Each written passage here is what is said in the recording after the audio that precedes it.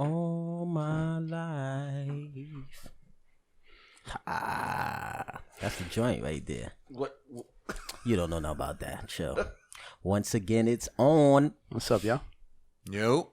You don't know nothing about that? No I don't know anything about that. What we doing? What we doing today, guys? We're reading the Bible. Oh man. What was? I was Same trying. thing I we was, do every week, Pinky. That's Pinky in the brain. In the brain. What's this? It turned into. It went from knowing part to Sunday school. I was trying a new intro. Oh man. What we gonna do this week, kids? We're gonna read the Bible. Oh man. Yo, what up? What up? Welcome to the Known Part podcast. But that is what we're doing. We read the Bible because we enjoy the Word of God. We enjoy talking about it. However we talk about it. Yo man. That's Again. what we do, man. We like it. Listen, man. We could be talking about a lot of other stuff on here. So. Yeah. As for us and our podcast, We will serve the Lord. we will serve the Lord. You know what I mean? Straight Well, up. shout out. It ain't a jab. Shout out to all the other podcasts. I didn't say it was a jab. I listen to mad podcasts. I wasn't even looking at it. I was just looking at it. We can be talking about a lot of other stuff, bro. That's just what. Yeah, I we do. mean, That's we just- don't depend on the world to have things to talk about. Wow. We depend Now that's a on jab. the word, baby. I mean, whoever, if that's you, then that's Nah, you. it's- I don't know who I'm talking to. I mean, we do talk about a lot of other stuff off the podcast, but I'm talking about on the podcast. right. You know what I mean? Yeah, but We could be talking about the same things we talk about off the podcast. Right. I'd rather speculate about the Bible. Straight up. Yep. that's And it. be wrong all day.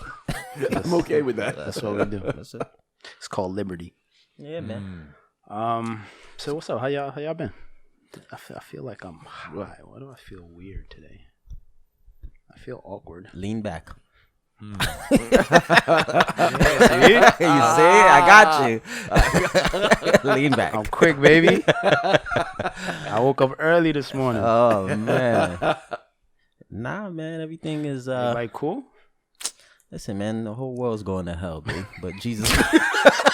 But You Jesus... talk about jabs? But Jesus... the whole world I going to jabbed hell. Listen, that's the scriptures say that.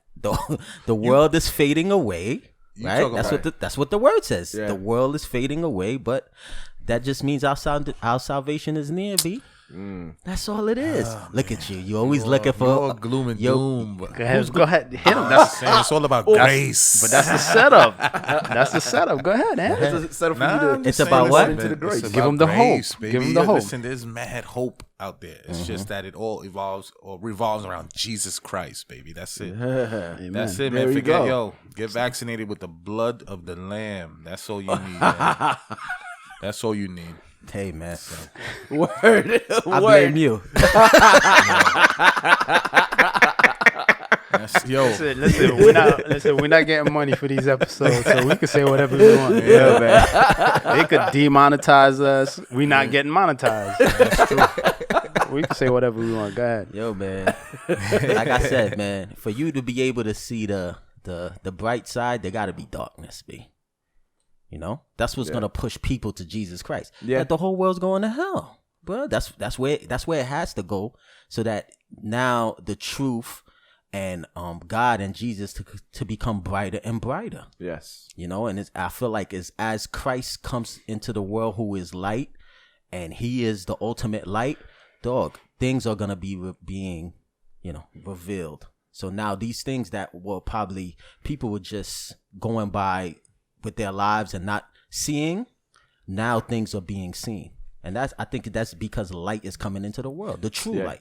So now you're seeing more darkness. It's true because I think I've had more conversations in the past couple of weeks because people are so afraid of what's going on. That's it. And everything is going to hell in a handbasket. So more people are open to having real conversations and not just, dismissing any spiritual talk. Yeah, B. And what you're realizing is God is not a liar. He's not a liar. You know, he said all the things that we're seeing, the things that's happening, it's all in the scriptures. God is not a liar. And the fear is good. Let the fear push people towards Christ. So be scared, all right? So that the hope in, certain things in the world betray you, Right. Right? Things that you were holding on to, things that you thought was going to save you, let it fade away. Or people you Or thought people, right. people who you thought it was gonna save you. Anything that you were putting your dependency on, hopefully that happens and it leads you to Christ. Christ is okay being the final the final option. That's it, B. He's totally okay with that because it doesn't take anything away from him. So if he's the final option for you and you've exhausted every single else, you exhausted your friends, your finances, your resources, your skills, your personal skills, and all of that is your exhausted. Education, and the only thing left is Christ. He's gonna be standing there like this. Yo, B. Come, I'm the Omega, B. I'm the Omega. He's the last, B. But right. As dope as that is, like what you guys said, that fear should drive you towards Christ. As a Christian, the other way around, that anguish for souls, that knowing where we're living in these last days, that anguish should push you towards the lost and want you. Right. I was in Vegas a few weeks ago, and someone posted, and I'm assuming she was a Christian. Someone posted that, you couldn't pay me enough to go to Las Vegas. It was disgusting. But the video that I had posted, there was a brother in Christ just being bold, just singing and singing about Jesus and just preaching the gospel in the middle of Vegas. And I said, God's light shines brightest when in the darkness.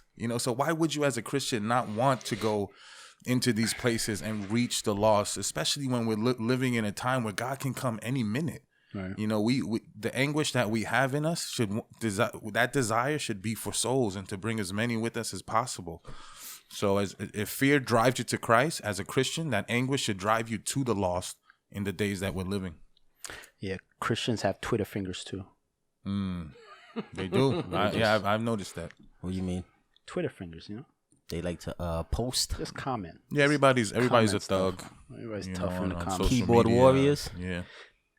That's like, not having grace, not having compassion. And that's what, as Christians, like you said, that's what we need to grow in, right? That's what I need to grow in. Just grace and just seeing people and having a heart of compassion and love towards them. So, yeah, man. Yeah, that comes from self-righteousness, man. Yeah. The more you start to think you good and everybody else is bad, and it's like, nah, that person is bad. I'm not gonna conversate with that person, and that's why Christ was like, the people who are healthy don't need a doctor. It's those that are sick. Exactly. That's why he said, I came to seek and save the lost. Yeah.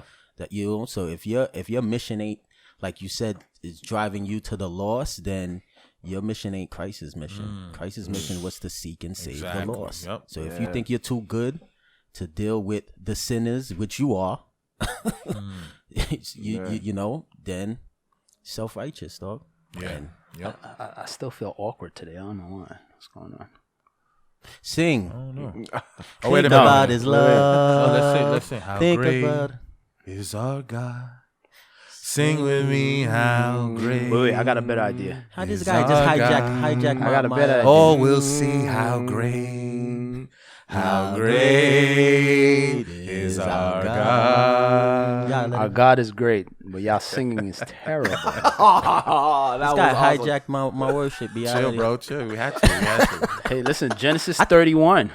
I think this guy think he know how to sing. Yeah. All right, well, that's Genesis 31. Got the voice of an angel. All right, what was 30? What was in 30? What happened? Where we at? Genesis 30.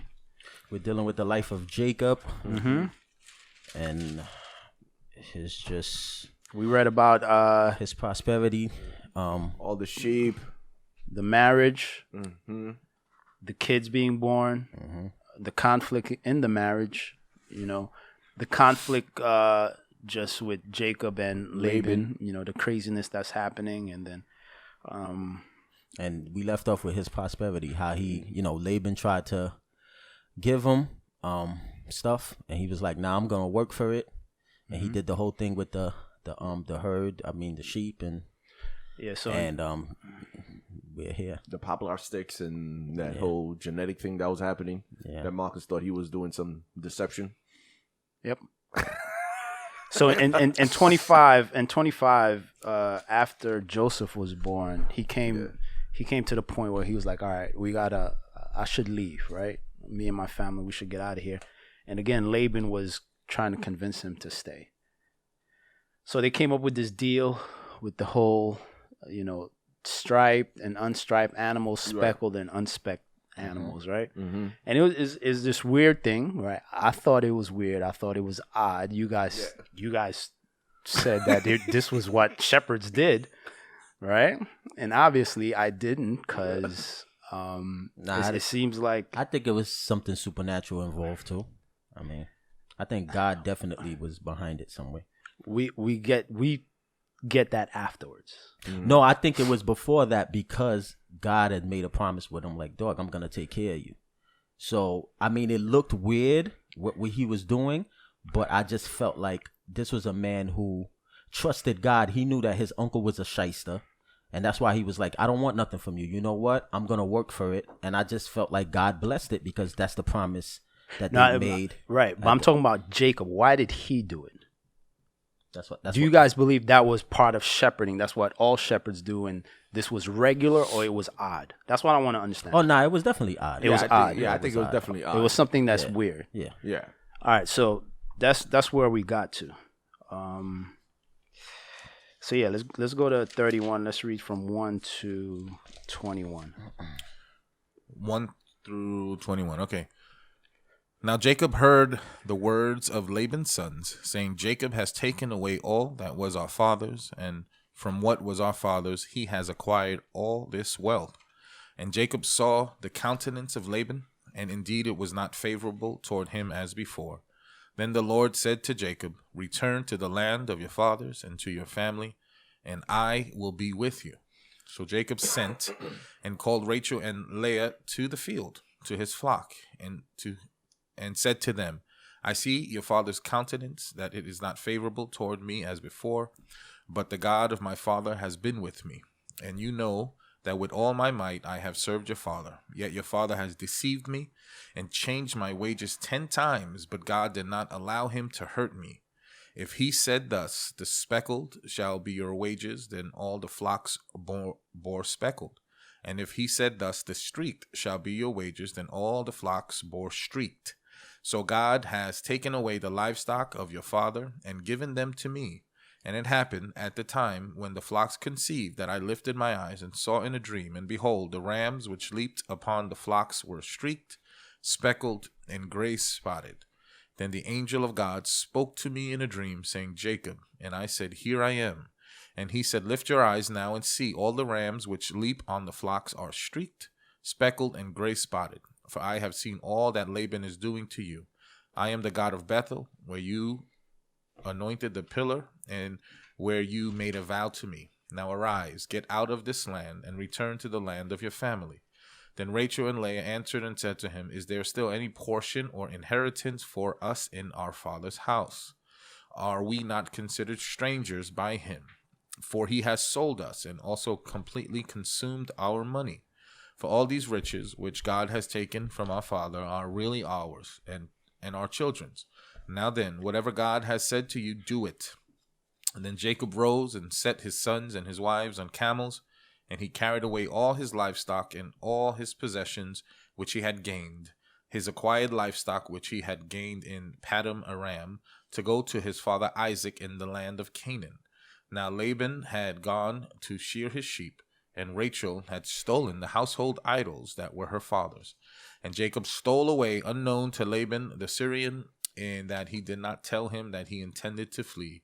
So he fled with all that he had. He arose and crossed the river and headed toward the mountains of Gilead. All right, there's a lot there. So let's just start from the beginning. What are we seeing from Hate, right?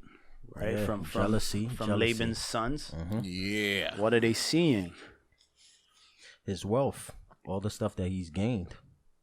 They're seeing how prosperous he's been, and to them they feeling like, you did that off the back of our dad, and I mean, it was true in a certain sense, but their motives was just hate.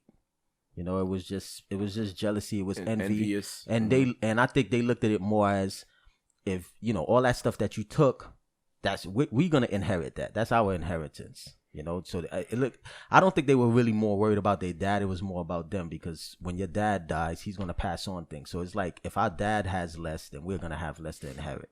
So that's how I look at it. Any other thoughts? Yeah, I feel the same exact way. Is that you're seeing the hatred, the envy, and that was a perfect point, because they're seeing that they're gonna have less to inherit, because this guy just came out of nowhere and just off of our backs, this dude just Off of our stuff, he blew up. He used our herd, our livestock, and multiplied it, and we've been doing this for mad long, and we've never prospered to this extent. But you know what's crazy? Jacob's been there for 20 years. Yeah. And for 14 years, he worked for the daughters. And Laban came out and said, there's something special about you. Because of you, I've prospered. So now we're kind of seeing this reciprocity coming back on. Because, you know, as we read, we understand how the providence of the Lord is behind all of this. And now we're seeing the tables is turning on Laban now, where the Lord is prospering Jacob. But this is based off the deal that they had. Right? Listen, this is the deal. You know, if the animals come out, you know, striped and speckled, I'll get them. If they're regular, you'll get them. And obviously, we know in that region, generally, the animals came out either black or brown. It was very rare that they would come out striped or speckled. So after they made that deal, we read in the last chapter that Laban took all the stripes and separated those, right? Again, cheating. Right. All right. So it's funny how, like you said, it's all fueling hate and jealousy, right? Because now just them seeing this guy prosper triggered these feelings, not only from the sons, from Laban himself, right? Because he was saying, yo, dog, I see the way your pops is looking at me now, and it's not good. But what's crazy is that entire enterprise was still being blessed. Laban's flock, everything was still being blessed. They were just hating on the fact that they saw another guy also prospering now. Exactly. And it was more so that his, his standing now was probably getting to a point where it was almost equal with them. Instead of them just sitting back and say, you know what, the Lord is blessing both of us. I'm good. They just didn't want to see anybody else come to their level of, prosperity. Right. Because what type of guy was Laban? He was a conniver, he was greedy. Like, he was greedy. Could you always satisfy somebody like that? Never. No. You can never satisfy somebody that's just, just greed and money hungry. They'll always be that way. And, obviously if they don't accept Jesus Christ, and seeing somebody prosper, in his mind, he was like, wait a minute, that's supposed to be mine. Right. You're not supposed to get that. I'm supposed to get it. And that's how he deals with Jacob, So now, they made this deal, and as we read, he switched up the deal 10 times. Or him saying 10 is just a term that means, this guy kept on flip-flopping on this deal that we made. Meaning, before you said the speckled, and you probably switched it up to stripe, and then you switch it up to, because you're trying to hedge whatever deal that we had so that you could gain from it and I could lose. I could constantly lose. But again, we read that God was behind it, right? You can never satisfy. You're not going to satisfy that spirit. Yeah, you can't satisfy a thief, B. Like, it's like, especially someone who's making money is like, 1 million is never enough. Never. I'm gonna need 100 million. After 100 million, I'm gonna need 200 million. Like, you're never gonna be satisfied if the heart is a thief. Right. It's the heart. Yeah, it's the heart. Right, if your heart is a thief, if you're a conniver, you're a swindler, you're a crook, you're a scammer, you're never gonna be satisfied with whatever you make stealing and doing it. You're getting ill gains. You're never gonna be satisfied, and we're seeing the heart of Laban And now we're even seeing his sons, the heart of his sons. Like now it's getting passed down. Family, right. You know, now his sons is becoming just like him. Now you remember that that famous interview with Rockefeller, David Rockefeller? That's what I was thinking about. Yeah. Yeah, when they asked him, like, he's like, "Yo, you're a mega millionaire," and this is way back when, right? And they asked him, "When is enough? When have you reached a point where I'm gonna stop? You know, with all the banking and all the railroad and all the finances?" He's like, "Just one more dollar. One more dollar. Just, Yeah. it's always just one more dollar. Right up. So it's never ending. Never enough." So, you know, Jacob had a desire to leave, right? And now he's seeing the atmosphere. You know, he's seeing what's happening. So now he's almost prompted to leave, right? So now in verse 3, we see that he gets the word of God, right? The Lord tells him to leave, right? So now what does he do after that? He holds a family meeting. Right. So now it's time to deal with the family. So now you're seeing his maturity and his leadership in the family, because before we didn't see that with Jacob dealing with his wives. Before it was drama in the house, and you were being sold off for mandrakes. Like that was how the dynamic of the family was. Like he was just I'm hire you for the night.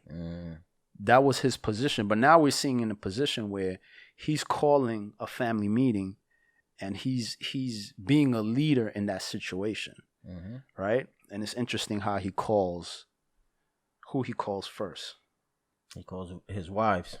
Right? He calls Rachel, and then he calls Leah, and then the servants, right? And that order kind of shows you the priority in that order. And later on, you're going to see a different order where it's the servants, and then Leah, and then Rachel. Is this like an unprecedented thing where he actually sought the counsel of his wives? Like back then, like I'm like, when did the men have to speak and get their wives' permission to do what God told them? I don't see it as permission. I see it as based on the dynamic of it before, based on who he's becoming. He needed their allegiance.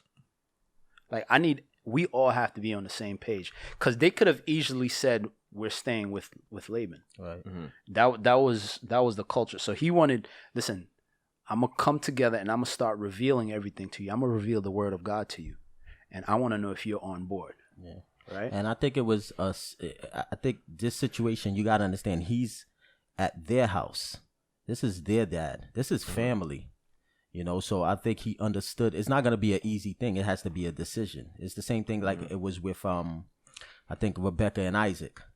You know, like when the servant came over there, are you going to leave? Because you got to understand, she's leaving her household to come with him. So I think it's the same situation. Rachel and Leah, they're with their fathers, but this is their husband. But the word tells us you become one with your husband. Yeah, you know what I mean? So I don't feel but like we're seeing the process though. Yeah. You understand what I'm saying? It's not to say that, you know, there was it was a big fight or a big tug of war, but you're just seeing the process. But the most important thing is what he's about to tell them. I don't think it's not, you know, that he had a counsel. I think what he's about to tell them is what's really important. And I'm wondering, I'm seeing the progression, right? I'm wondering if they understand that, like understand the concepts of Ephesians and the stuff that we know. Has that been developed during that culture? Because that's the first time that I remember seeing. I don't remember Abraham speaking to his wife and say, God said we got to go here. No, when God told them, they went. So this is something that I see as odd, that he would be the first person to, you know, he's a conniver. He did whatever he wanted to do. So it's just odd that God used him to show that you should go to your wives and get counsel, because it's a 50-50 relationship. Although back in these days, I don't know if it was that. But you also got to think that he loved his wives. You know what I'm saying? So he loves his wife, and he's gonna make a move. The Lord told him to make a move. He wants to go with his wives and his children. You know, and if he don't have that established, that's gonna be problems, and that's their it dad. It could cause a hindrance, so right? That's their dad, right? So how would we apply that right now in our lives, right? You're seeing a man being the leader, and you're seeing that man, obviously we're dealing with polygamy, but we're seeing him bringing his wife along with the word of God, right? And being on board. And it's not like, I'm thinking about a situation, let's say you have a husband and a wife and he wants to start a business. It's not going to be like, shut down, woman. Yeah. Give me all the money and I'm going to just do what I want. I mean, I don't know if that's... Yeah, that's not... I don't know if that's how you deal. And but we're seeing a situation where he's kind of... and that's a leader, right? Yeah. A leader, you want everybody to want to follow you, right? You want your wife to have trust in you, to be dependent, and the decision that you're making is the right decision. And that's kind of how he came to them. He's like, yo, listen. And again, I'm seeing his maturity. And they know who you are. You're Jacob. I don't see it as odd. I think it's, we seen it through the scriptures. The Lord give you a vision. This is the vision. I think it happened both ways. Like, even if the Lord showed a woman, all right, well, go to the husband. This is the vision. He's just showing his wives the vision. This is the vision that the Lord has for my life. This is what the Lord, and that's why I said I don't think it's the focus is that he did this. I think it's what he's gonna tell them, and I think we see that throughout the scriptures when the Lord stepped to Abraham. All right, I'm gonna go tell my wife. Like, this is the vision that the Lord has for this family, and I see it as the maturity. Right before we saw Jacob not loving one of them, not loving Leah, and him just being used as a pawn. I'm gonna rent you out for the night. I'm gonna hire you. Let's sleep with me. We're having kids. Right. That was his position. Where it was this weird. He wasn't a leader. Right. He wasn't being the spiritual leadership.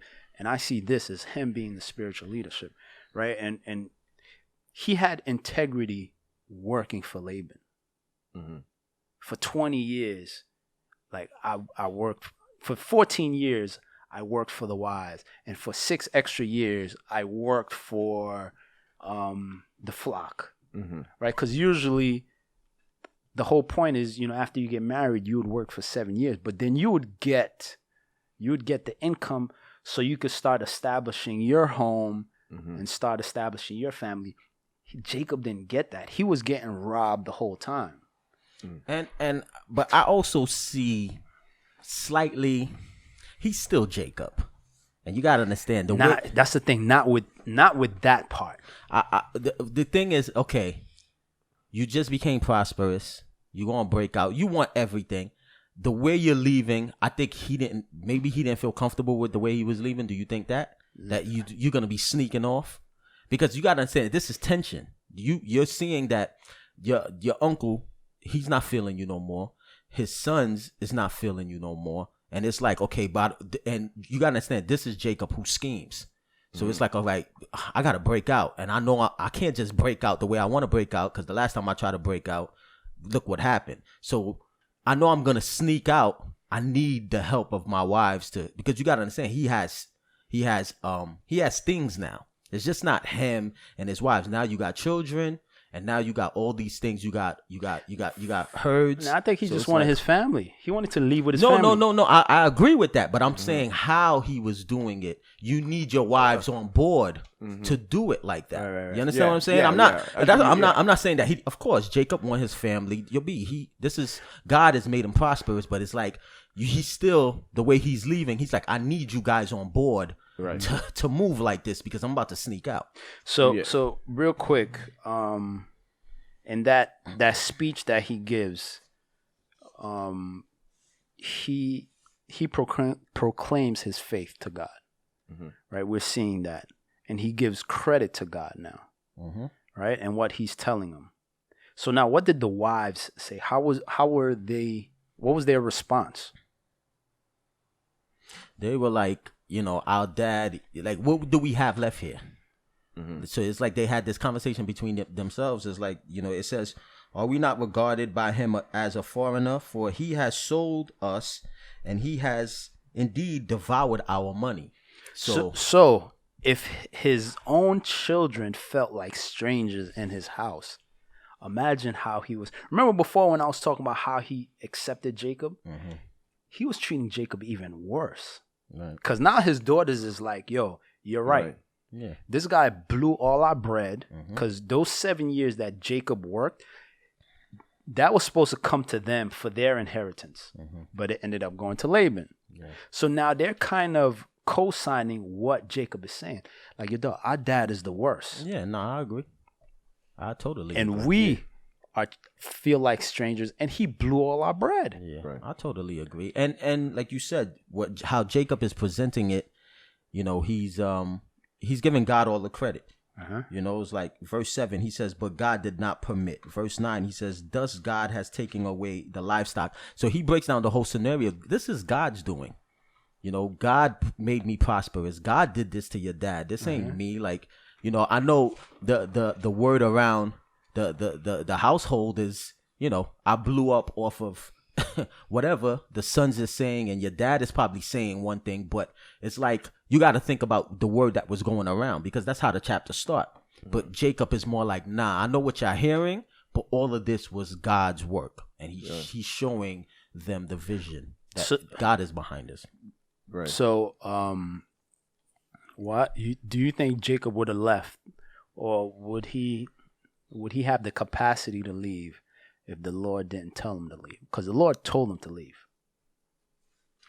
You saying he needed God's cosign Yeah. to leave? Yeah, definitely. Yeah. So I now- think, I think this was clear because it's like in terms of like he had the inner witness because he wanted to go back home. He wanted to be back with his family, right? So he already had the inner witness in his heart, like and God was revealing that, and then God revealed it to him. And not only did God reveal it to him in His Word, God created the circumstances to show them you gotta go. So it's like a 3-step type of thing that's happening. His inner witness of wanting to be back with the family, the Word of God, and then God created the circumstances where you're like, yo, listen, this is a bad circumstance over here. So you're gonna have to bounce. So I think Jacob is evaluating all of this, and he's like, okay, I have to make a move. So now the whole thing is like, what we're getting to is, how is he gonna move? You got the Word of God. So now how are you gonna do it?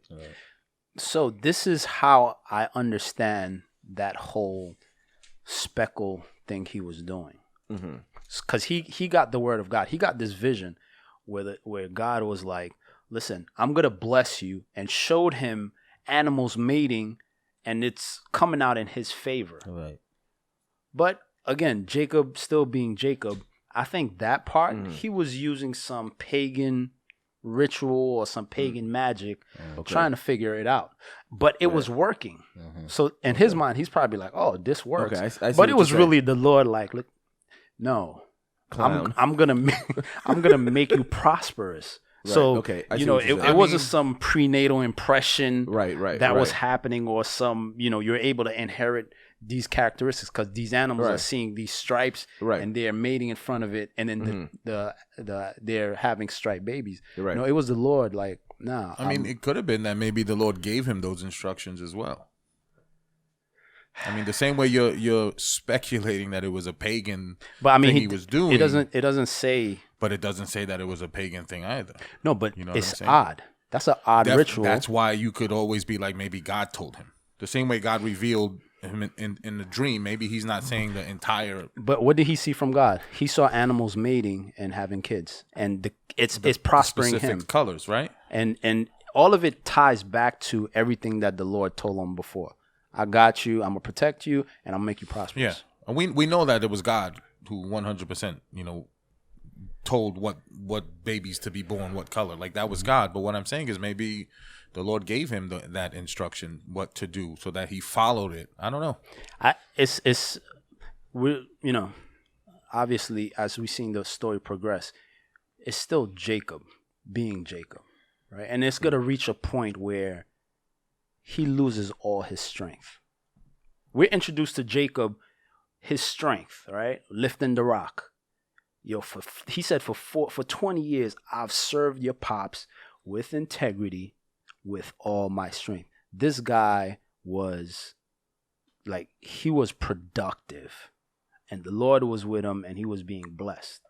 And his presence caused others to be blessed, even a person the caliber of Laban to be blessed. right? And that's the picture we're getting about Jacob. Like your dog, his strength, his physical, natural strength, his wit, his fast thinking, his scheming.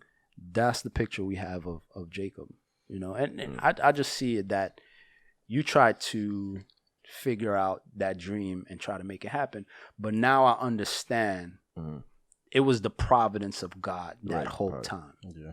But the good thing is he gives credit to God. Yeah, that's the most important. That's That's why I said what he Right. says. I think is the most. We understanding where Jacob is the most important part of this. That he gives all the credit to God. Him being a schemer, him being a conniver, him being a trickster. He understood what was going on right now. That God is behind it. And go ahead. Yeah, no, go ahead. Go ahead. No, I'm done. No, I was gonna say like him understanding that is God that's doing all the work, and the whole thing is like and that's why Rachel and Leah was able to come on board, because in like you guys were saying earlier, how they already felt as strangers without hope in their own house from their own father, and now they're seeing that Jacob, he's taking care of us, he's loving us, and he actually came and presented this scenario like, I want to leave this place so that we could build our own and be a family together. So you don't have to be mistreated the way you are mistreated, from your own father who's just totally spent all the dowry and left nothing for you. Right. And that just kind of like made me think of the scripture in Ephesians 2, verse 12, when he says that the time you were without Christ, being aliens from the commonwealth of Israel and strangers from the covenants of promise, having no hope and without God in the world, but now in Christ Jesus, you who once were far off have been brought near by the blood of Christ. That just made me think of that scripture. Like, they were aliens. They were being strangers from their own household. But through the love of God, now they're being adopted into a family, like the same way we were. We were pagans. We were far off. We had no father. We were mistreated, by the world and all that until, we got saved, born again. And now the Father has adopted us into his family. And now we truly see what love is. So now they're seeing a picture of like how the world treats them, Rachel and Leah, and now they seeing what a true father, the God, the Father can treat them. So nice. Do you guys see Jacob and Laban as a typology with the children of Israel in Egypt and Pharaoh? Servitude for a long period of time. No, don't leave. I want you to leave and come and worship me. Right? You see that typology of the children of Israel in Egypt, right? You see that picture there. That's a good point. So Rachel's a thief too. So do you think that's what Jacob saw in Rachel? That she was a thief and he was a thief? Nah, he was, and it was Bonnie and Clyde situation. Nah. Maybe that was one of the characteristics. He was like, yeah, she's hot, but she's a thief. Look at her. She looks like a thief. just like me. Just like me. Because I'm reading it and I'm like, yo, dog, you a thief. Jacob's a thief. Probably that's something he saw when he saw you as bad, but he was like, yo, shorty, you a thief. And I think about it. It's like, you think, let's say, okay, you a girl, you dating a scammer. He's a scammer. Right? Every time he goes out there and he scams you some new shoes. Right, he scams some you Louis a purse. Vuitton, some Christian He Louboutin. scams you. He scams you that living room set. You a thief too. Right, exactly. Yeah, Right. just because you're not out there doing the work with him, that don't mean you ain't sharing the same heart. Right. So I'm looking at it. I'm like, yo, Rachel, come on, man. Like, duh. Jacob was a thief. You was a thief. Maybe that's why he was like, yo, I'm ready to work 14 years for that. She gets me. But, that's my mind. I think the reason she stole the That was a idols good breakdown, because right? I like it. she didn't want her dad to be worshiping them anymore. So that's what it was behind her. What? You know what I mean? that she was like, you know what, Dad, I love you. I love you, Dad. I like it. And I'm going to do this for your own good. I'm I'm going to take these so that you can't worship them. You're done. That sound like an episode of Highway to Heaven. Yeah, I'm showing my age a little bit. Saying, but that's bro, like yo, Doug, he got this whole Highway to Heaven. You never know. Homegirl was like, Dad, I can't have you worshiping these false gods. Nah, B, you know what it was? Listen, you squandered everything. You squandered all our inheritance. Nah, but they up now. No, but I'm talking about as her dad. Because you got to see what she told her and her sister. They're like, yo, B, this guy took all the money and he blew all the money. Now they about to break out. It probably was a bit vindictive. You know? I think so. No, but she said, that. right, obviously they see that the 14 years this guy took it and didn't give us anything. But then she said, God got it back for us. So, listen, I'm down to leave so that this guy won't try to take it back. No, but I get that, but I'm just saying. It was retaliation. That's what I said. It was more like, this is what you did. No, not with the stolen. I don't think the stolen was retaliation. You think that was just she wanted her gods? I don't know. It's either obviously maybe she still had attachment to these gods. Maybe she was worshiping them. I see that herself. Too. I see right? that too. Or there was something attached to these gods where whoever had these gods would get all the inheritance of the land. I mean, like whoever possessed these idols, they would be. Yeah, it was a sign of leadership. Like if you pass down, like if you went from one person to another, like let's say a dude was doing it, passing it down to his sons, the gods would be part of that. That would be a representation that you was the head of the family. You get everything. Yeah. So that was the culture back then. So maybe she was trying to secure the inheritance on her side. I don't know for sure. We would say possibly could it also be that she thinking that that these gods, Laban used them to give him protection, to give him wealth, and like, yo, I'm gonna take it away to protect us, to prevent Laban from using his power, his God, to overtake us. Yo, listen, I see all you guys things, but at the end of the day, dog, she was the worst. I think she did that because her Pop Dukes squandered all her bread away, and you knew if you was gonna take those idols, the way he reacts later, I know if I take those idols, it's gonna hurt you, and that's how we are, B. You hurt me, and I hurt you. More so but that's what I believe because I'm the worst. But I mean, it could have been. I think them deciding to leave is retaliation because of what they say about their pops. All right, let's go. Forget it. They didn't defend him in any way, right? And it's possibly that's retaliation too, but it was Rachel, right? Leah wasn't involved. Jacob didn't know, so he wasn't involved in any of that. She did it, and she hid it. So I don't know. It was something. I lean more towards her still believing somewhat in those gods and possibly trying to secure some type of inheritance and what her dad had, but who knows? Yeah, I lean that way too. I think she's her heart idolatry. There was still a level of idolatry within her. Yeah, that could be possible. And so no, I believe all those things, but I believe she's the worst. So now Laban and obviously the whole crew, his sons, and they went to shear sheep, right? So that was a whole process, and it would take a lot of time for them to do that.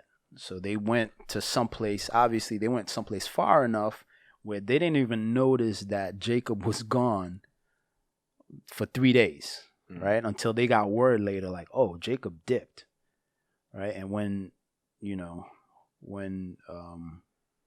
we even read that part? Yeah, you read it. He said he went to, and Jacob went to Laban. Rose, camels, right? And then... So they dipped out, right? Yeah, now we ain't get there. So they got a little head start. All right, so now let's read from 22 to 42. 22 to 42? Yeah. And Laban was told on the third day that Jacob had fled. Then he took his brethren with him and pursued him for 7 days' journey, and he overtook him in the mountains of Gilead. But God had come to Laban the Syrian in a dream by night, and said to him, "Be careful that you speak to Jacob neither good nor bad." So Laban overtook Jacob. Now Jacob had pitched his tent in the mountains, and Laban had his brethren pitched in the mountains of Gilead. And Laban said to Jacob, "What have you done that you have stolen away unknown to me, and carried my daughters like captives, taken with the sword? Why did you flee away secretly, and steal away from me, and not tell me? For I might have sent you away with joy and songs, with timbrel and harp, and you did not allow me to kiss my sons and my daughters. Now you have done foolishly in so doing. It is in my power to do you harm, but the God of your father spoke to me last night, saying, be careful that you speak to Jacob neither good nor bad, and now you have surely gone, because you greatly long for your father's house. But why did you steal my gods? Then Jacob answered and said to Laban, because I was afraid, for I said, perhaps you would take your daughters from me by force. With whomever you find your gods, do not let him live. In the presence of our brethren, identify what I have of yours and take it with you. For Jacob did not know that Rachel had stolen them. And Laban went into Jacob's tent, into Leah's tent, and into the two maids' tents. But he did not find them. Then he went out of Leah's tent and entered Rachel's tent. Now Rachel had taken the household idols, put them in the camel's saddle, and sat on them. And Laban searched all about the tent, but did not find them. And she said to her father, let it not displease my lord that I cannot rise before you, for the manner of woman is with me. And he searched, but did not find the household idols. Then Jacob was angry and rebuked Laban. And Jacob answered and said to Laban, what is my trespass? What is my sin that you have so hotly pursued me? Although you have searched all my things, what part of your household things have you found? Set it here before my brethren and your brethren, that they may judge between us both. These 20 years I have been with you. Your ewes and your female goats have not miscarried their young, and I have not eaten the rams of your flock. That which was torn by beast I did not bring to you. I bore the loss of it. You required it from my hand, whether stolen by day or stolen by night. There I was. In the day the drought consumed me, and the frost by night. And my sheep departed from my eyes. Thus my sleep departed from my eyes.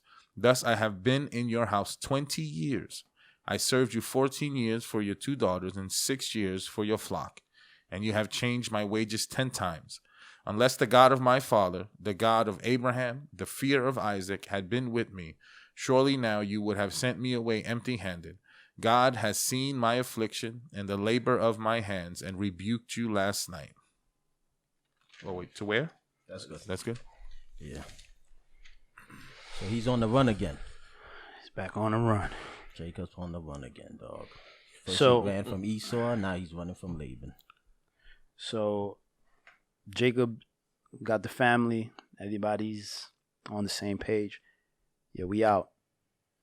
You know, Laban is out doing stuff. So it wasn't until 3 days. After 3 days, Laban got word that, yo, Jacob's out. The girls is gone. The kiddos are gone. Flock's gone. He took all his stuff. Crazy. So he was like, word? All right, boys. Round them up. Round them up. So now we're talking about a military excursion now. All right? How many guys he rolled with? Did it say? I don't think it says a specific number. I thought it said 300. I thought it said 400 something. But anyway, so now he's after him, right? Yeah. And it took 7 days for him to reach him. So now it talks about, yo, pitching a tent. So now it's like, yo, they're setting up for battle. Like Laban is coming after him. It's hostile. Yeah. Right? And when the language that it's using, Yeah. it's like a military attack. It's hostile. We already know the type of dude that Laban is. And he's upset, right? And not only that, yo, where's my gods? Yo, you took my gods? Yeah. So, but what happened with Laban? The Lord checked him. That's it. You know what I'm saying? The real God of all gods that can't be stolen and hidden in a saddle and sat on. You know what I'm saying? Yeah. That God showed up. And he was like, yo, sucker, calm down. I'm going to let you go say goodbye to your grandkids, but that's about it. Nah, he was saving Laban from himself. Because the vow that he made with Jacob is, yo, dog, anybody, I'm going to protect you. Anybody who bless you is going to be blessed. Anybody who curse you is going to be cursed. That's why he was like, yo, be careful. Not to say anything to Jacob, either good or bad. Like, it was like, fam. Watch your mouth. Watch your mouth. Be very careful. And I think that's because God he holds his word above his name. Like, like there was a vow made. You know, like he's like, your dog, I'm gonna take care of this dude, even though he ran off like a sucker, like Angelo would always say. But at the end of the day, it was like, dog, he's still my guy. So he understood, like you said, he understood how Laban was coming to him. It wasn't coming in peace. No, it wasn't peace. It was. I mean, hostile. Laban even said it. I would have put it. Laban was like, "I would have put 2 on you, but Straight up, because it even says the Lord dealt arrows. with me." yeah, because it even says it on 25. It says Laban overtook Jacob. You know, so Right. he came full-fledged and full force, but God again, you know, God told him slow his roll. So going back, so we're seeing the promise, right? We're seeing the promises of God, him being faithful to what he said, right? And you said it, those who curse you, I will curse, and those who bless you, I will bless. That was for Abraham. yeah, But we're seeing that being passed down. Passed down. Oh yeah, I was gonna say God didn't specifically say that. No. it was Abraham. So It all was of Abraham. his. But it's But does that count for all of Abraham's lineage? Yes. Yeah. because it says to you and your descendants. seed, your descendants. Right. Right. I think specifically for Jacob, he was like, "Yo, I'm with you," Yeah. which is protection, and I'm gonna bless you. Right. So we saw that fulfilled with the whole speckled stuff. Right, where the Lord is like, "All right, now I'm gonna bless you and put you in a situation where you could leave." Right, because the Lord told him to leave, and part of me feel like if the Lord didn't give him that word, he would have been stuck there. Because Laban had him in a situation where you're just stuck. So Laban, he's such a faker. He's a manipulator. Well, what is Laban's? How does he come at him? This guy. Laban is a character. He told him, "I would have threw you a party." I want to throw your party. Why you left like that? Right. So we would have had to jump off. And that was so fake because Yeah. and that's the reason Jacob left like this, because the last time I tried to leave, you hit me with the whole He geeked them yeah, into staying. yeah. You understand what I'm right. saying? And that's why Jacob was like, "Yo, B, I can't even put you on because I know how you are. You know, you're gonna find a way to keep me here." So that's why he had to break out the way he broke out. You know, he had to break out like that. But again, Jacob hit it with the fool me once, shame on you. fool Fool me twice. You just You can't fool me again. Right? But listen, he accuses Jacob of stealing his daughters, even though his daughters felt like strangers and foreigners in his house. So you see how this guy's just full of crap, right? And nobody's stepping up to support anything he's saying, right? And he also accuses him of stealing his gods, but he doesn't accuse him of stealing flocks. right. Because, and I'm going to point something out about Jacob. You know, we kind of blast him, but Jacob was a different dude, right? So he doesn't accuse him about the flocks, even though Jacob was like, "Yo, dog, you switched up on me 10 times. Every time you say this animal, you come, you take them, boom, boom, boom." But obviously we're seeing the Lord was involved in the whole thing. Yeah. Nah, I agree with I think what you're gonna say, because I think I said the last episode, like, dog, when Laban tried to give him something, he was like, "Nah, I don't want nothing." He was like, "Yo, dog," and he made a deal with him. Like you said, it was part of a deal that he made with Laban. You agreed with the deal. It just didn't go in your favor, and it exposed who you were, Laban. Because we made a deal and you didn't like the deal. The same way how you switched up on me with my wives.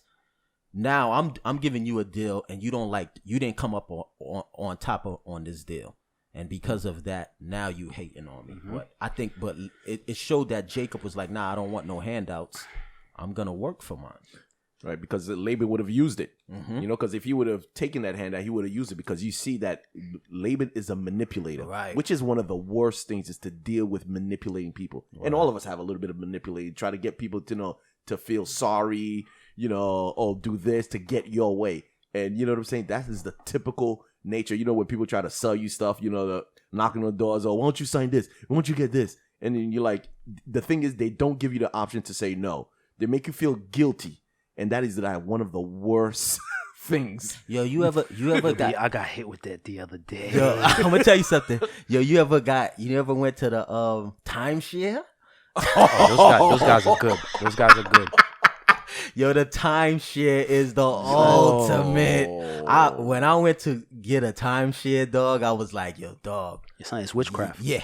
They got me. That's got me a couple Laban. of times. That's Laban level. It is witchcraft. Yeah. It's straight witchcraft. But But what happened to you? You said you got hit with that the other day. Yeah. so this guy came, right? He came trying to sell home security. But I had Bible study. So, he came through. I was like, yo, it's the wrong time. I have Bible study. Yo, matter of fact, you want to come? Nice. And then, these guys are quick. So they hit you with the, oh, yeah, I started going to the church, blah, blah, blah, blah. I was like, yeah, all right, come tomorrow. So tomorrow he came. So he came. At first it sounded like a good deal. But after a while, I was like, wait a minute. XY, I'm not going to go through the whole story, XYZ. And I was like, nah, it's not really worth it. Right? It's not useful for me. And I was like, yo, the whole time, just talking, laugh, ha, ha, ha. Yo, these guys are good. I said, no. Dog, his whole face, everything switched up on him. Like I'm looking at him, I'm like, yo, dude, you want to kill me. Like, you want to kill me because I said no. Yeah. And, yo, you took up 20 minutes of my time type thing. And I was like, nah, I don't need it. And I was sure, like, you're not going to get me with this one. Right. What you're selling, I could do it myself way cheaper. But, the whole Bible study, and we kind of just seeing that as an opportunity to share the gospel, evangelize. Right. Yeah. But he was playing along, but I don't believe anything he was saying was real or was true. But then, afterwards when I was like, no, and I stood on that no, dog, you should have seen his whole face switched up. That's what Jacob saw in Laban, B. That's when I was like, you're a salesman. Yeah. Nothing that came out of your mouth was true. Wow. You know what I'm saying? And it was weird. The switch up was weird. Like, I felt the vibe just go from right to left. And that's what probably Jacob saw with Laban. Right. Like that's why he was like, your sons, they on it, but he's like that whole welcoming, that whole, yeah, you my son-in-law, ha, ha, ha, ha, ha, because you always coming up off of me. Now you're starting to see me like, nah, it's over. I'm about to break out, and he saw the whole continent. He probably saw that whole continent. The fact that Laban still chased him after God showed up in a dream, though, you know what I mean? Like, you gotta be stubborn. You know what I'm saying? If the Lord showed up in a dream, you think it was for his kids after that? What? No, I think he had to go. He had to chase him. Like, God could have kept him from going, right? But he had to go because the way Jacob tried to escape like a criminal that was in the wrong. It's like, I gave you the word for you to leave, and then you try to sneak out. So you are moving in fear and not in faith. You was moving in unbelief and not in belief. So you didn't trust me. Right. So that's why you sneaking out like a criminal. And that's how come he allowed Laban to chase him. So that for Jacob to confront. And Laban testified that God came to me in a dream. That's right. Yeah. That's the reason I'm not going to put two on you right now. Right. Not two in you, but I'm going to behead you. He probably could have. I'll behead two arrows. Right. Right. And you know what? And the crazy thing is that alone is showing how that was a testimony against Jacob, showing you, you running in fear. Right.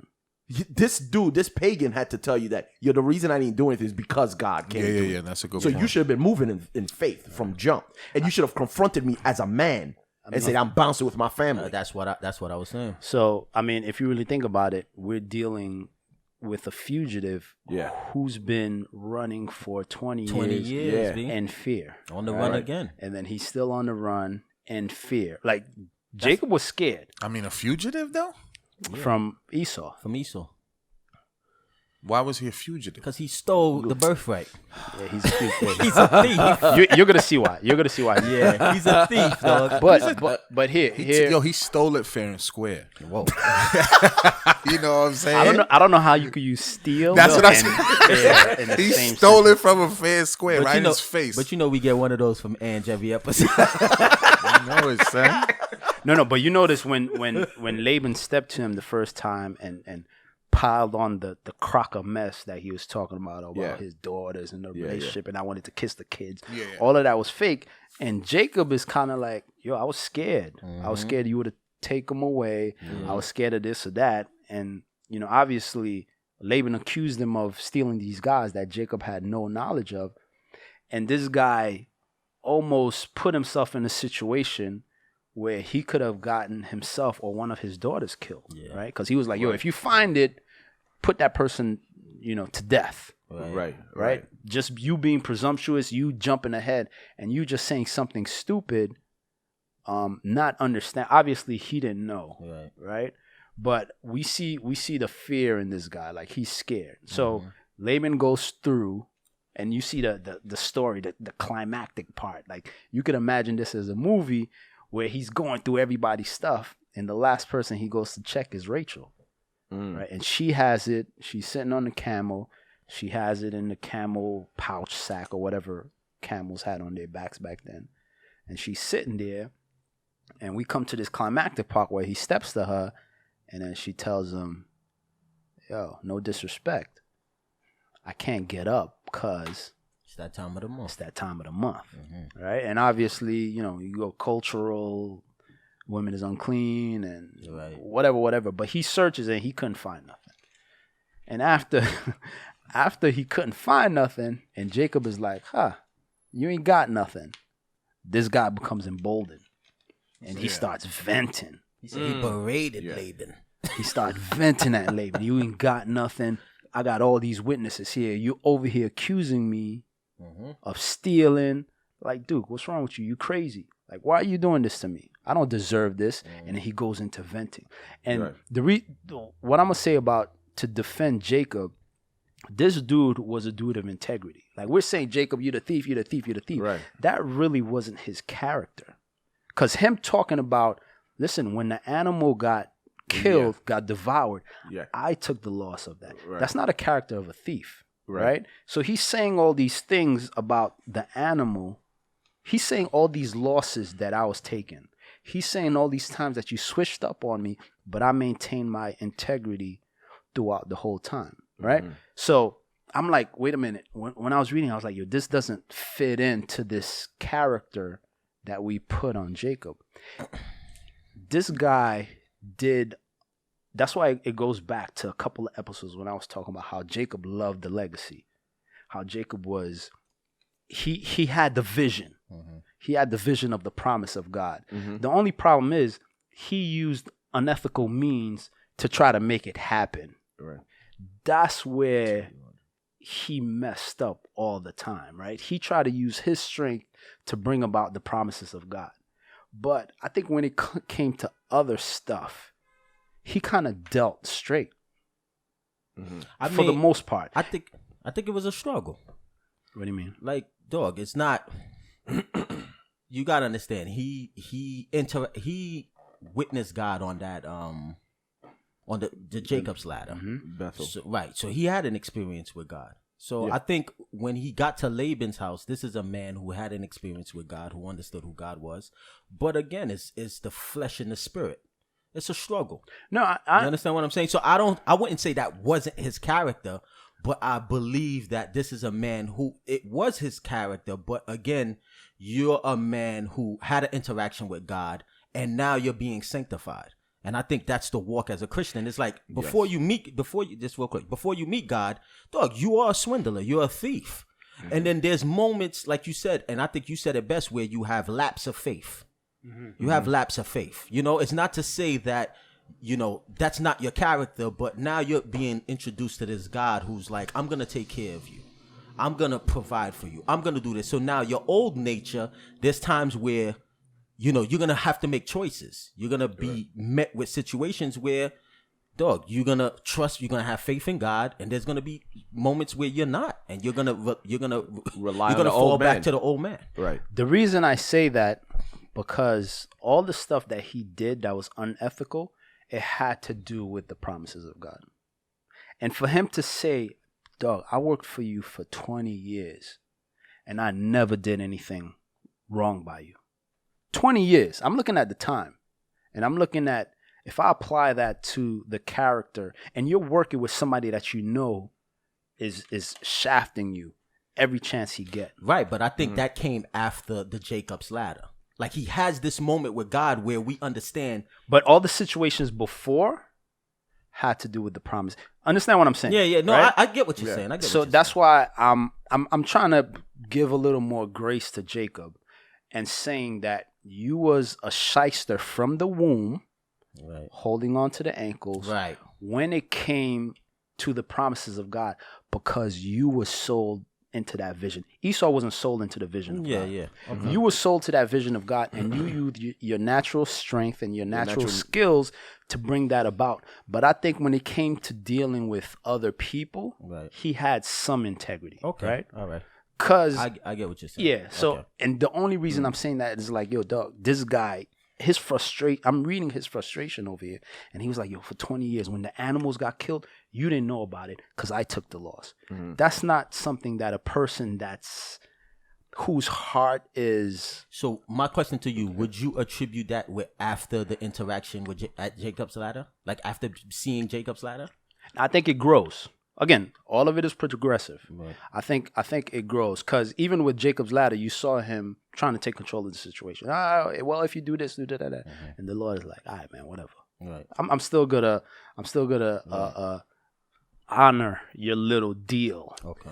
But listen, everything is progressive. Right. Okay. I see. Right? You know what? Yeah, I kind of do see that, what you're saying, because every time we see him doing some supplanting, some deceiving, it's always dealing with the promises, like the birthright. Right. Him selling it. That's how he was always a man in the tents, because he was like, yo, I'm going to learn the family business. I'm going to learn about this covenant. I'm going to learn how to handle this. Yeah. And yo, Esau, give me your birthright. You know, But yo, do you think it know what I'm was? saying? Do you think it was motivated by God or motivated by the culture of being? Because you got to think about it. You're being It's a good point. you got to understand. His dad was wealthy. He came into money. You understand what I'm saying? Like, he came into money. Jacob and Esau, their dad was wealthy. Isaac was wealthy. Isaac had things. So now again, it's the same thing with Laban. Sons. You see how Laban's sons, yo, DB, our dad is up. This guy comes along. He does this, Now you see jealousy. Now you're seeing their heart. Because you got to think this was the culture. The culture was people having things. And like you're seeing dynasty. Here's another example why. That's a good point, though. This is No, dynasty. you know what I'm saying? It's like, yo, Here's another good point where if we go before Jacob's ladder incident, we have Esau. They're in the land. Esau married the women, the neighboring Canaanite women. He didn't. Right. I think this guy was fully sold into this promise, but his mistake was trying to do it in the flesh. So now you fully think he understood the promise? I guess because he learned it from Rebecca. I mean, not the whole thing, not it completely unfolded. I don't. But I don't think he knew the God. Yeah, because the thing is Because you see him, God's being revealed to him from Right. No, Jacob. of course. So that's why all of it is always progressive. So- but he bought into the vision. Okay, I get that. I agree with that, but I don't think it was motivated by God. you see, that's why I agree with Mike. Okay. I don't, No, I'm not I don't know if saying- it's Okay, motivated. no, but I it could agree, be. I agree. It could be I just agree the with what you're legacy saying. of the family. No. I'm talking about his character. Yeah, and no, the I- way we right, spoke yeah, about yeah, his I see what character, you're about saying. him being just a low down, dirty Yeah, crook. I see what you're He saying. wasn't. He was unethical Nah, when it came to certain he things. was a low down dirty Because crook. that's the only things we saw. Yo, Z, when it came to the promises of God and him trying to achieve that, he was a low down dirty crook. But a low down dirty crook would not take the loss for an animal that died, things that ran away. No, that. no, you wouldn't do that. You know what I think? I think Go that ahead. was part of, like I said, Jacob's ladder. Like you said, progressive sanctification. I believe he got better. From when he was dealing with Esau. You'll be after Jacob's ladder. That was big. Yeah. So I think when he got But into, what was specific after Jacob's ladder? that he got God revealed, like the God of his fathers, the God of Isaac, the God of Jacob. I mean, the God of Abraham. I think is now God is being revealed to him. I still don't think that's his personal God yet, because even here when he says, Yeah. But I agree. I don't like agreeing with Mike. You know what I'm saying? I know that. So the crowd knows that. But I might have to go with Mike on that one, because I don't think it was his. I think he was a conniver. That was just who he was, and I think that you're seeing a sanctification process here from Jacob's ladder, just the type of person God is turning him into. But I don't think it had anything to do with his love for the promises. That's why he only connived his family. I just think that was the type of person he was. You know what I'm saying? What's wrong with this guy? It could be. Yeah, So yeah. I just But- think it's the type of person he was, and I do think that when God reveals yourself, little by little you change. And he was in a strange land, 'Cause I give- working for someone. He was humbled. He went there with no money in his pocket. He went there to build himself up. So my thing is, why didn't he connive? He had 20 years to connive. Because Jacob's ladder. I It's think the something process. happened It's at the Jacob's sanctification. ladder. It's like I do think. I don't know if, like I said, Yo, B, that I'ma- wasn't his God at that I- point, but it was a sanctification I'll process. give you a perfect example. There's people in this world that, dog, even us, dog, you find out about who God is, right? You in the world, you wilding out, but there's certain lines You won't cross. Yeah, there's certain people with certain morals. We have certain morals that's like, yo, dog, I'll go out there and I'll do such and such, but I ain't gonna do that. Yeah. I'll That's smoke like- the weed, but I won't take the crack. Yo, this guy, why he has to go to this extreme? But it's like you have these people, and it's because of a knowledge of God. They'll tell you that. They'll be like, I was raised in the church. I know, you know what I mean? Like, I'll go out there and I'll wild out and I'll blaze chicks, but I won't do that. You know? So it's like, here's what I. All right, so here's my maybe it's point. that. But whatever. you're right and we're Here's wrong. my point. What? All I'm saying is this, right? I'm looking at the details. If we're again, I'm being like Ange. I know, and that's why and I'm being blasting gracious, you, and that's why I'm and blasting being you. gracious to no Jacob. No grace. no, I agree with the grace you're giving in. I just So- don't so- think the reasoning behind it is accurate. His character. I don't No, think. I believe his character was getting stronger as a man. Right. I agree with that. But what I'm saying is, we were like, "Yo, this guy was a thief," but he wasn't consistent in that label that we're putting on him. Because for 20 years, this guy is complaining how he kept on taking the short end of the stick. But what we're saying is that there was a life-changing moment. So you're saying the Jacob's ladder changed them. You're saying the Jacob's ladder. I think the Jacob's No, ladder. I'm I saying- think the fact that he was a stranger in a land that he was completely humiliated or humble because he had no money in his pocket. So then why I didn't- think all of that changed him. But my thing is, why And he didn't had a shorty now. He had a couple shorties. And when you put a Listen, good shorty in your listen, life, you become a better dude. None of that matters. Why how many opportunities No, you're did right. he have to scheme Laban, to get Laban back? But what do you That's mean what none I'm of that saying. matters? How does that none of that matters? It changes I'm- the type no, of no, person I'm you talking are. about his character. Why wasn't that character that we're putting on him consistent? But what? Because I think the Jacob's So ladder. you're saying because that interaction. Because the thing is, changed he him. made a vow with God at Jacob's ladder. He was like, the Lord was like, yo, I'm the God of your father Abraham, Isaac. And he was like, all right, man, you know what? If you take care of me and you hold me down, then because there was a vow made. Because you got to even read when we read it. It says, I am the God at Bethel. When he stepped to him, when he stepped to Rachel and Leah. That moment at Bethel, something happened there. That Jacob's ladder, something happened there where I think he was sanctified.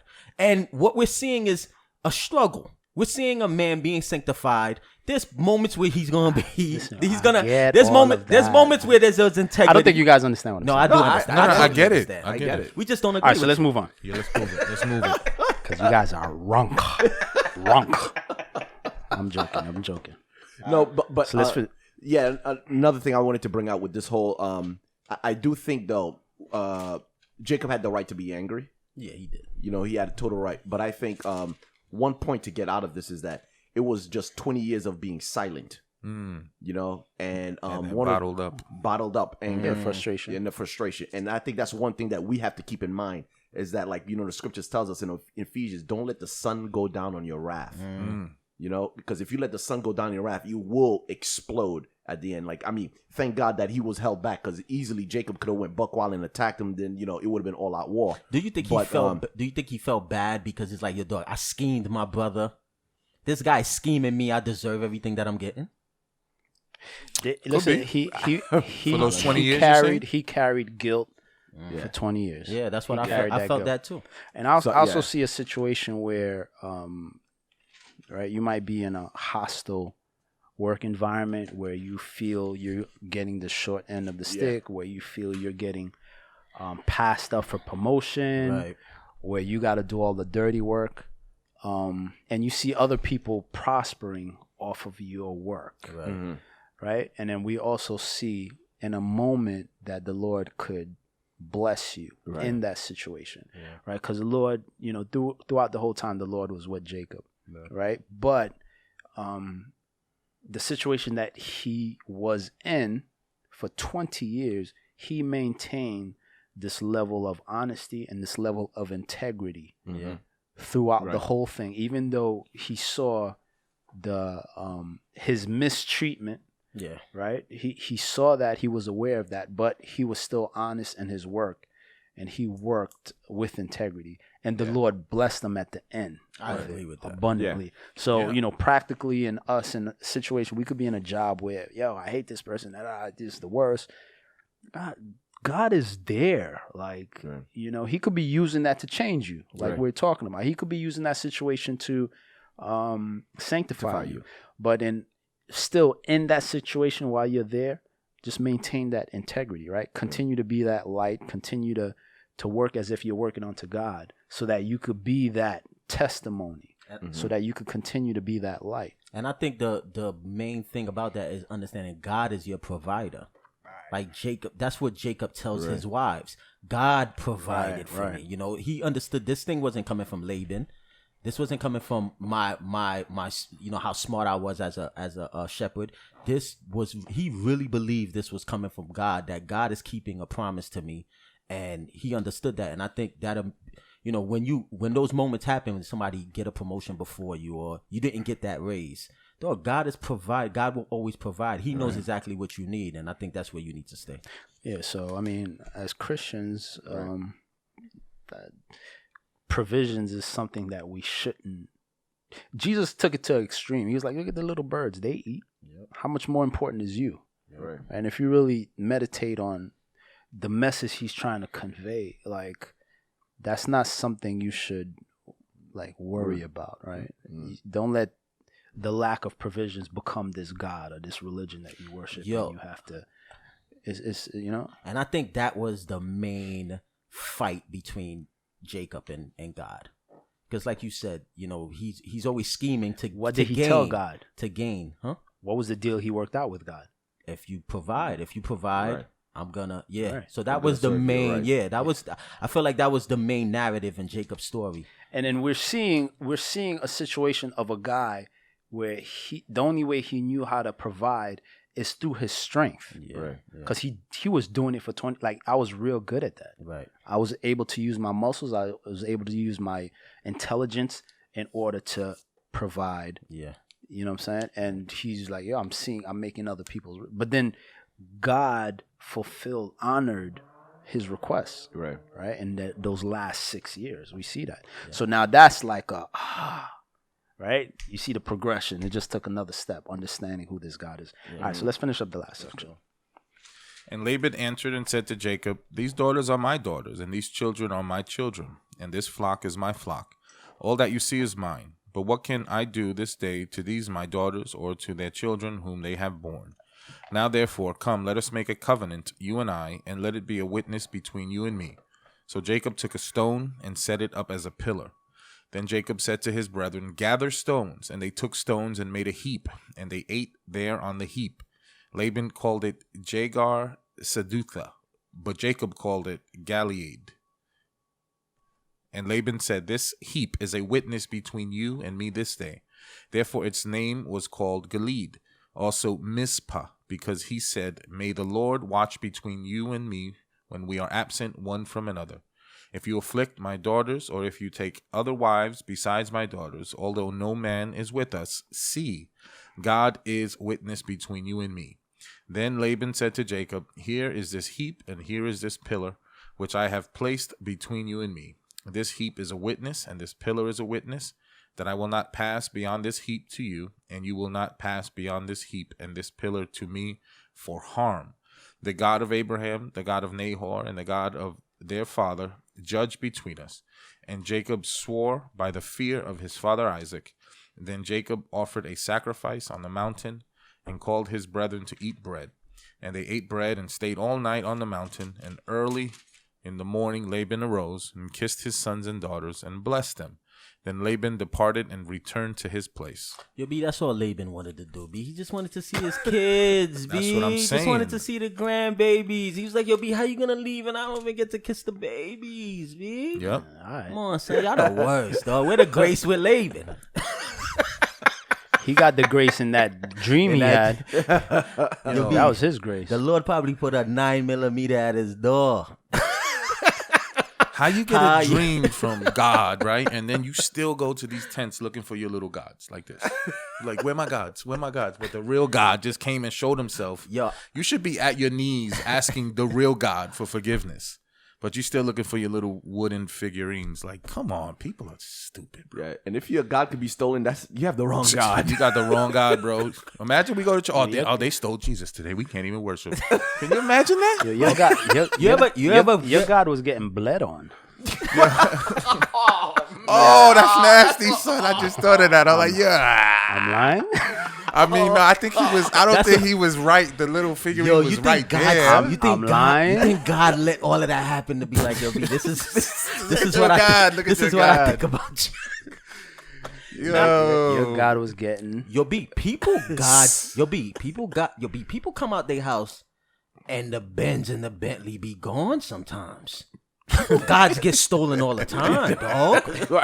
That's true. You're right. Yep. People wake up and the account be negative.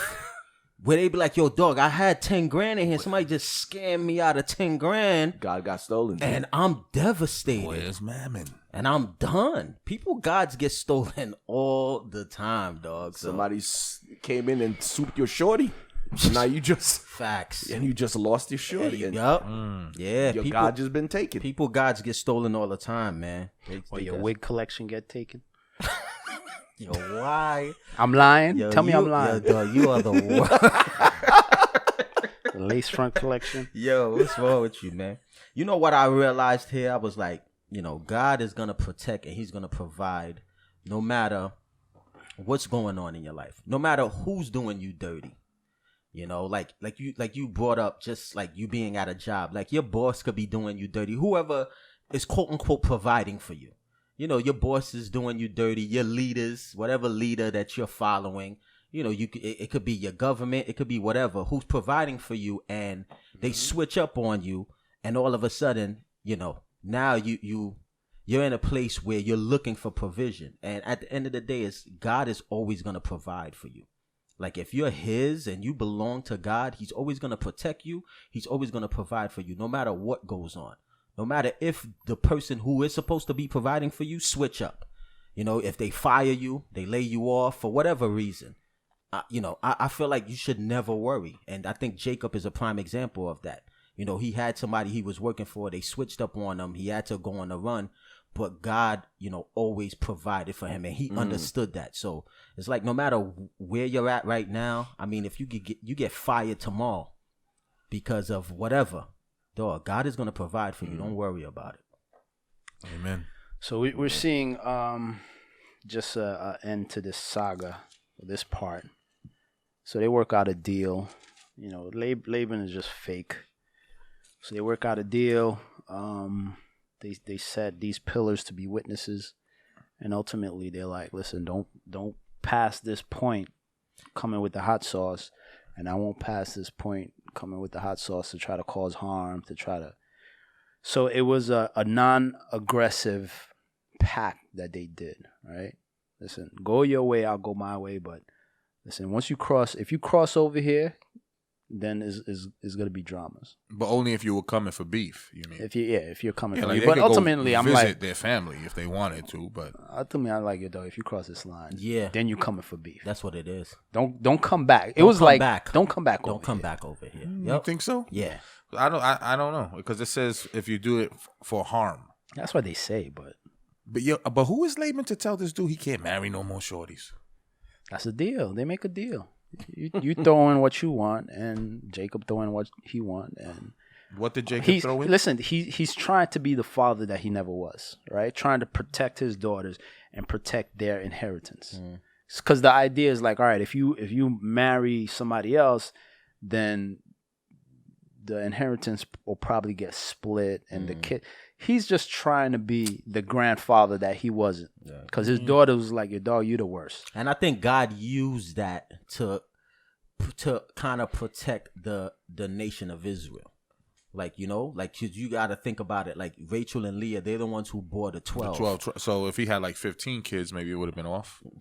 Maybe something like that. 15 tribes. Yeah, so it's like, I think God is sovereign. I think God is sovereignly, you know, like you said, Laban is doing it for his reason, but I think God is doing it like, all right, don't go back there for nothing. I'm gonna provide for you. You don't ever have to go back there for nothing.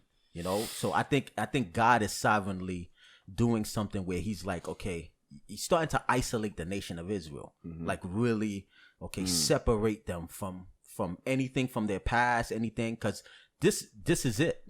You know, after this 12, now it just goes and it becomes a nation. So and on Laban's side, he says things to try to make himself look like something he's not.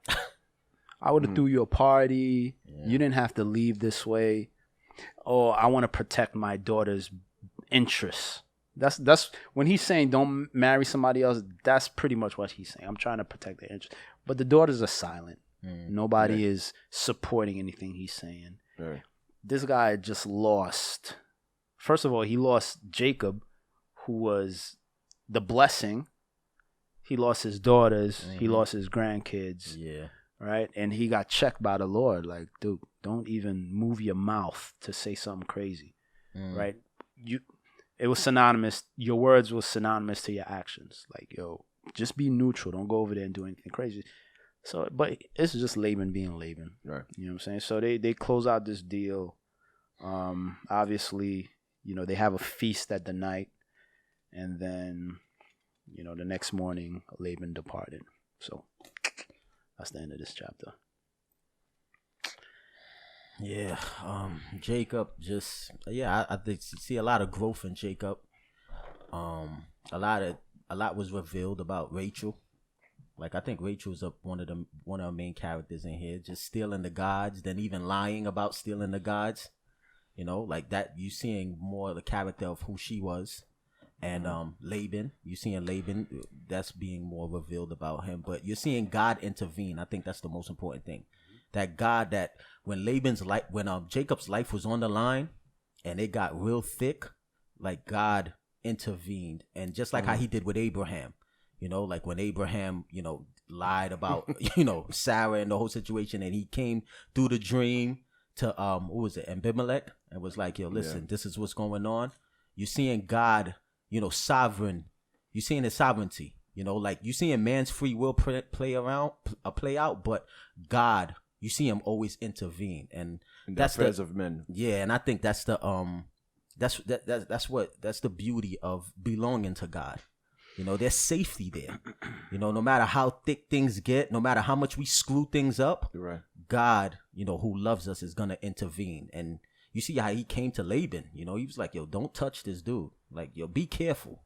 So, you know, you're just seeing God as a provider and a protector. That's what I see. I see God as the ultimate provider and protector over our lives. All right, let's close out. Heavenly Father, Lord, we just thank you for another episode and another day that you've given us to come together and read and learn more about you, Father. So we're just so grateful for this beautiful book that you've left to us, Lord. And just pray for those that are listening and those that are watching. Lord, whatever they need, Lord, whether it be a physical touch, an emotional, spiritual, financial blessing, Lord, whatever they need, I pray, Lord, that you would reveal yourself to them, Father, today, and allow them to fall more in love with you. So we thank you, Lord, and until next time, would you protect us all? In Jesus' name I pray, amen. Amen. Amen.